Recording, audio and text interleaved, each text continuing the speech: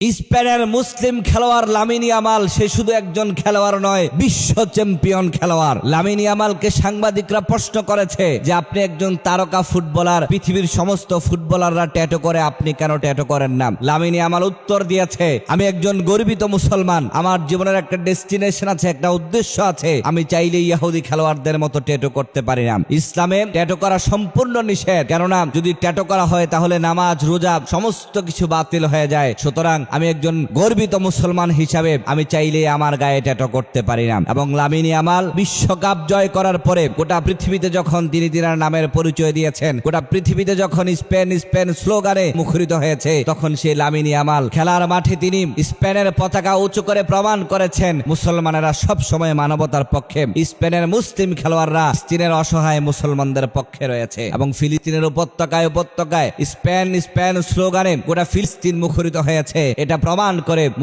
মুসলমানের ভাই, পৃথিবীর এক প্রান্তে মুসলমানের গায়ে আঘাত লাগলে অন্য মুসলমানের দিলের মধ্যে ব্যথা লাগে, এটা প্রমাণ করে মুসলমানের ভাই। এবং লামিন ইয়ামাল তিনাকে যখন আরো প্রশ্ন করা হয়েছে, আপনি খেলা শুরুতে মুনাজাত করেন, আমরা তো আরো অনেক মুসলিম খেলোয়াড়দেরকে দেখেছি কিন্তু তারা তো মুনাজাত করে না। এই লামিন ইয়ামাল তিনি বলেছেন যে আমার মায়ের উপদেশ মানতে গিয়ে আমার মা বলেছে যখনই তুমি খেলায় নামবা খেলার পূর্বে দুহাত তোলে তুমি মুনাজাত করবা। এই স্পেনের মুসলিম ফুটবলারদেরকে গতকালকে দেখলাম মুফতি ম্যান সহ আরো হাজার হাজার মানুষেরা সমর্থন দিয়েছে, হাজার হাজার আলেমেরা সমর্থন দিয়েছে। খেলা সমর্থন করা নিয়ে আমার প্রশ্ন নয়, আমার প্রশ্ন হচ্ছে যেখানে স্পেনের সঙ্গে খেলা হচ্ছে, মুসলমানের চূড়ান্ত দুশ্মন সব সময় মানবতার বিপক্ষে কাজ করেছে। সর্বশেষ কথা, মুসলমানের সন্তানের আজকে খেলা দেখে রাতের বেলা আতশবাতি ফুটায়, এত বেশি আনন্দ উৎফুল্লিত হয়ে যায়, সকালবেলা ফজরের নামাজের খবর নাই। কষ্টের ব্যাপার, আফসোসের ব্যাপার, খেলা দেখেছে ইহুদিদের খেলা হয়েছে, হেরেছে আর্জেন্টিনা, অথচ মুসলমানের সন্তানের ইমানের অবস্থা দেখেন। বিশ্বনবী সাল্লাল্লাহু আলাইহি সাল্লাম বলছেন, মান তাশাব্বাহা বিকওমিন ফালাইসা মিন্না, যে ব্যক্তি